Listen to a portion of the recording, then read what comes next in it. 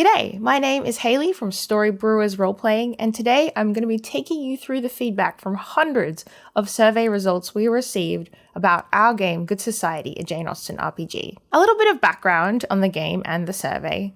Good Society first came out in 2018, and since then it has been played by many people. So earlier this year, we decided to ask people about their experience of playing Good Society.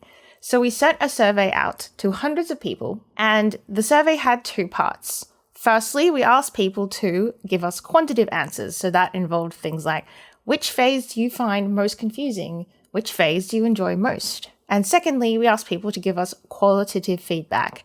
That is to give us written responses about their experience with the game. And we got a lot of responses. I'm so grateful for everyone who took the time to fill out the survey. We received almost 300 responses to our survey about the game. And I can guarantee you I read every word of every one of those responses, including hundreds of words about people's experiences with Good Society, their highs and lows, their favorite moments, and also the things that they found difficult or confusing. So what are we doing today is taking you through what were those results? What did people say? What do people enjoy most? What do people have the most difficulty with? Let's start with the question of who answered the survey. Most people played games that were about 3 or 4 sessions in length. However, 23% of the respondents had only played a 1 or 2 session game. It was also really great to see that most of the respondents had played the game recently, so it was fresh in their mind. 69% of people who responded had played it within the last year. 63% had played at least 3 games of Good Society. 72% had facilitated a game, and interestingly, 61% played online, whether online exclusively or online and in person. So let's get into what they said. This is one of my favorite questions to read the responses to. Why is it that people choose to play Good Society? And there were 2 main reasons that really stood out. 69% of people play Good Society to create a collaborative story with friends. We all want to have a good time hanging out with our friends, telling a story, and finding that collaborative high. And 56% of people wanted to explore complex relationships. And relationships are really at the heart of Good Society, as we'll see later. And then a tie, 38% of people for embodying and playing a character, or engaging in banter and ridiculousness, which is always a bit of fun as well. One thing that we found interesting is that as people play more Good Society, they tend to move more from reasons like engaging in banter and ridiculousness into more emotional reasons, like embodying and playing a character, or even exploring emotions themselves. From here on in, I'm going to start going through the feedback that we received on each section of the game. So let's start with backstory, which also happens at the start of every game. 38% of people chose backstory as their favorite phase, and people who did this really loved how collaborative it was. They thought it sets up a messy web of relationships and drama that give you so much material to draw on as the game goes through. Backstory and creating your character is a good balance of pure player creativity, but also directed by things like desires and relationships that help you know a bit more about who your character should be. 16% of people found backstory difficult and confusing. And these were mostly people who are coming from more traditional games like D&D or Pathfinder, for whom Good Society, being a collaborative game, is really a shift of mindset. But the other thing that people noted about backstory is that you need to be invested as a player to really get the most out of this phase. It can also be hard or take a bit longer when people work at different paces. So let's talk about the materials that help you create your major character, namely desires, relationships, character roles, and family backgrounds. In general, these materials were very well liked, with very few problems coming out here. 45% of people chose desires as one of their favorite parts of the game. They love the way it provided strong character motivation and weaved the web of relationship and drama, because of course there's a lot of relationship stuff in those desires too. The main issue people had with desires is simply uncertainty around how to change them when they're outdated. This is actually in the book, but despite that, it's something a lot of people had trouble with, so definitely something for us to think about there. Another thing that was really interesting is that people who played with hidden information actually, on the whole, generally disliked it. It makes sense. Good Society is such a collaborative game. It works better when you put all your cards out on the table, literally. Moving on to relationships, which is easily a widely beloved part of this game, with 70% of people choosing it as one of their favorite parts. Really, people only had good things to say about relationships and how much they made the game sing. The only issue that could arise with relationships was actually when you are assigning relationships during backstory. A small number of people found doing that confusing and felt that sometimes you could lack choice as to what one of your relationships might end up being. Character roles and family backgrounds were also generally well received. People liked that they were a thematic insight into the character's strengths and burdens that they could really use as a jumping off point for creating their character. However, a small number of people felt like they faded into the background in long games. This kind of makes sense and is okay. They're really a starting point for you to build on with your character, but it will be interesting to see if there's anything we can do to keep them more relevant in the long term. So let's talk about the other part of what you spend backstory on, and that is connections. And this is connections not just as created, but also as you play throughout the game. In general, people really enjoyed playing connections. As you can see, 45% of people picked connections that they play as one of the highlights of the game for them, and 31% pick the connections they create, with very few people finding connections difficult and confusing. People pretty consistently said that connections are a great way to lean into and support others' stories because you're literally coming a part of another character's story. It's also just inherently fun to play a B-side character. You can let loose, you can be a little more theatrical. A small number of people were concerned about connections having either too little or too much spotlight.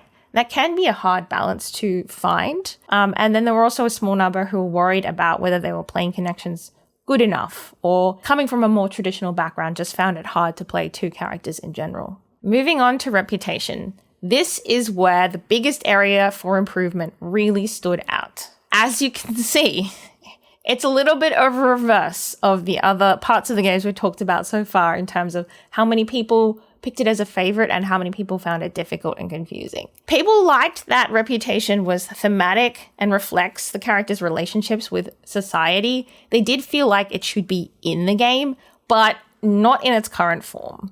Reputation criteria were too subjective and difficult to assess and didn't feel an intuitive way to change your character's reputation. The reputation phase could feel like a box-ticking exercise and could be clunky or unnecessary, especially in slow-burning games where people's reputation changing is very slow. As for tags themselves, you can see 8% picked as a favorite, 43% found difficult and confusing. Diving down into that, people found tags fun to make, but then they could kind of feel irrelevant after that. The idea of using tags like a resolve token to make something happen in the story was quite hard, and people often forgot about this, or even if they did remember it, they didn't really know how to do it. And tags also have a habit of mounting up in longer games because of that being difficult, which can mean that reputation conditions are very hard to get rid of. So talking about reputation conditions, 7% of people picked this as a fave, 44% found difficult or confusing. The number one thing about these is that they were not flexible enough. They did not always actually fit the narrative circumstances that people found themselves in when they were triggered. And because of this, they can feel imposed and a bit irrelevant as well. And during a long game where they might hang around a very long time, then they start to really fade into the background too. In shorter games, these just didn't come up at all, and some people felt like they'd missed out on something by the fact that these weren't triggered. So on the whole, reputation is an area that we're really going to be looking into. Now on to the most controversial phase of the game, rumor and scandal. Now this was a really interesting one because 53% of people picked it as a favorite phase, which is quite high, but 31% of people also thought that it was difficult or confusing. And in fact, many of the people who thought it was difficult and confusing also picked it as a favorite phase. So that's something for us to really take note of. People love that it adds drama, chaos, and scandal. It's just inherently juicy and fun. And they also like the way it helps set the scene for the next chapters and injects these new ideas into the story for everyone to bounce off of. The way rumors are created and spread is also a way to collaboratively shape the story together, which people appreciated.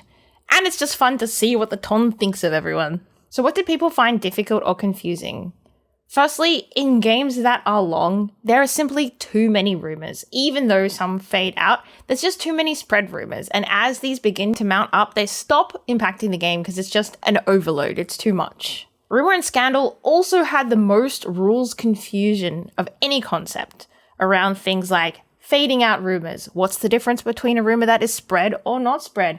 How do you use a rumor like a resolve token? There are a lot of people who are like, I have to check the rules every time because it's hard to remember. And lastly, a relatively small number of people just found it hard or taxing to create rumors. And this was especially so in a long game where you might have many rumor and scandal phases. Moving on now to Epistolary. Epistolary was the second most favorite phase in the game, 61% of people choosing it as a fave. People noted how it was very expressive and immersive. It really felt like a Jane Austen novel or Regency drama to be writing these letters, and it really felt like an act of character expression to be saying what your character is saying. It also was helpful for people to help plan future scenes and move the story along. And lastly, people found it a reflective and revealing way of expressing their character. But 31% also found it difficult or confusing. In this, funnily enough, time concerns dominated in both extremes. Some people found Epistolary hard to do or pressureful to do quickly. They didn't like the feeling of everyone waiting for them while they were trying to think of their letter. On the complete flip side, some people found it too slow to wait for the time takers to think about what they want to put in their letter. They found that slowed down the game. So clearly these people need to switch groups with each other so that they have the optimal timing. No, not really. I think a lot of this is in the variations because variations in Epistolary came up a lot, and variations like 24/7 Epistolary really deserve acknowledgement in the game. And also just clarifying those variations, like the fact you can paraphrase your letter, or the fact that your group can choose how they want to do their letters. Do they want to go all the way to doing them in between sessions so everyone has infinite time, will help people get on the same page about those time concerns. Let's talk about a mechanic we received really interesting feedback on, and that is resolve tokens. So 22% of people chose this as a favorite part of the game. It makes sense to me that this is relatively low because a resolve tokens are really a tool that you use rather than like something fun that you find inherent story delight in. But people did mention that resolve tokens are a great collaborative tool and consent check-in, and I find that role really important. And that they also keep engagement in other people's stories because you can influence those stories. They noted that it allows meddling and a chance to delight other players with ideas that you come up with.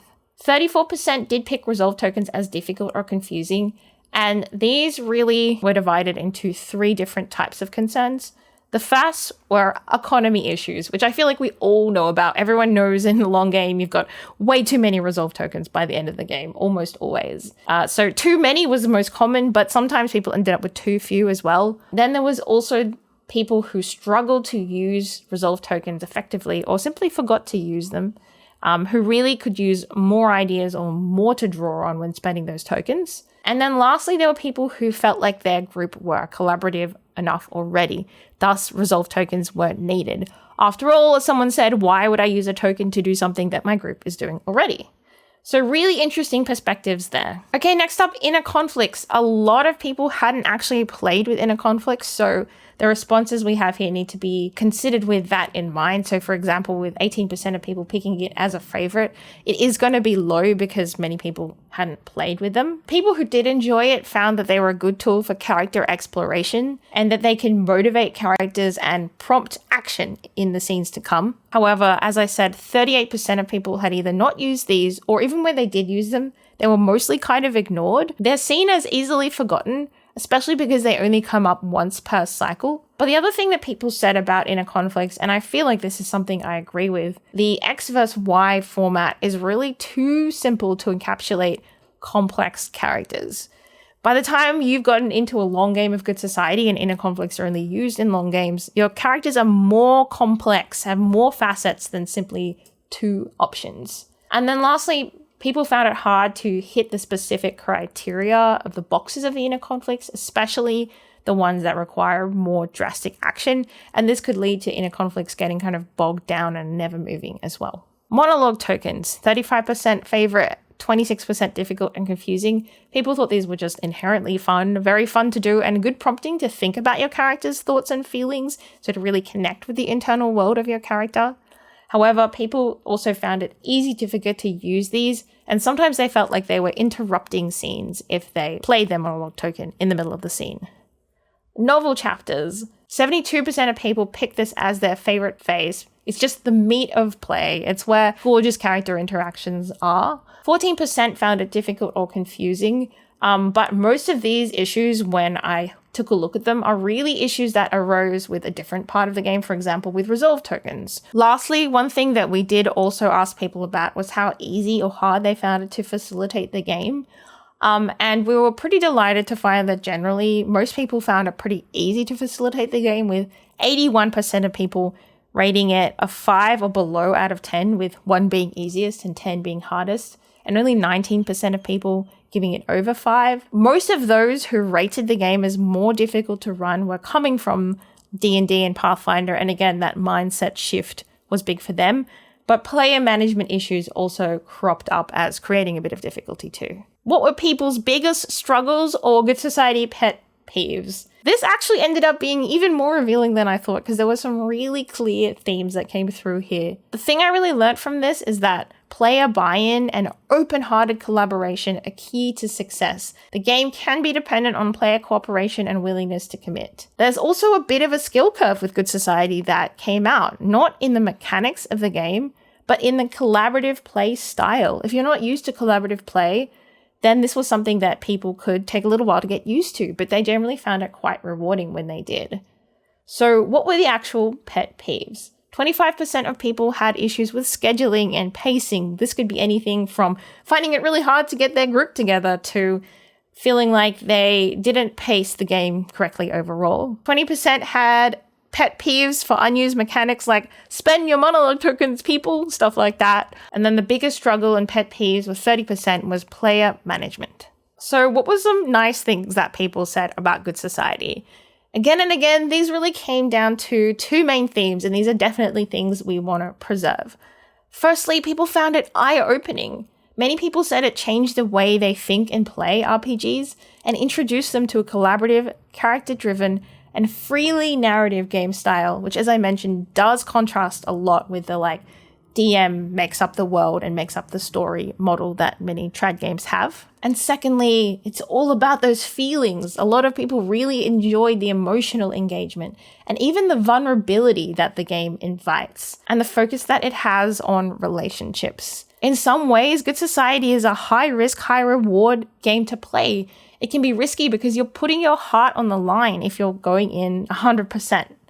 But then at the same time, you really can get those rewards of that amazing collaboration with other people and that amazing emotional exploration you can enjoy as well. And lastly, top request. What were the things that people really wanted to see from us? So other than changes to reputation, which I mentioned earlier, most people wanted more ideas, advice, and flexibility. So let's break that down a little bit. The number one most requested thing was more ideas. This could be anything from ideas for event chapters, examples of rumor and scandal, ideas of how you want to spend your resolve tokens, just more to draw on when they play the game. The second thing was one-shot support. As I mentioned, 25% of people are mainly playing 1 and 2 session versions of the game. So there was a real hunger for a condensed or simplified version that people could use to really help the game to sing in that time.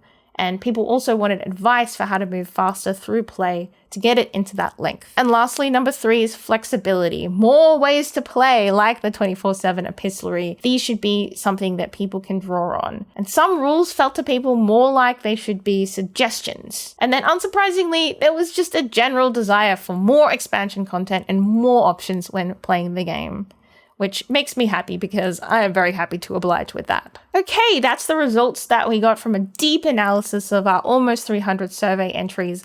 We've learned an incredible amount from this, and I'm absolutely going to be taking all of this away and really thinking about how it can shape what the game becomes. So you'll definitely be hearing more from us about this in not too long, but for now, I hope this was illuminating and enjoyable, and I will see you soon.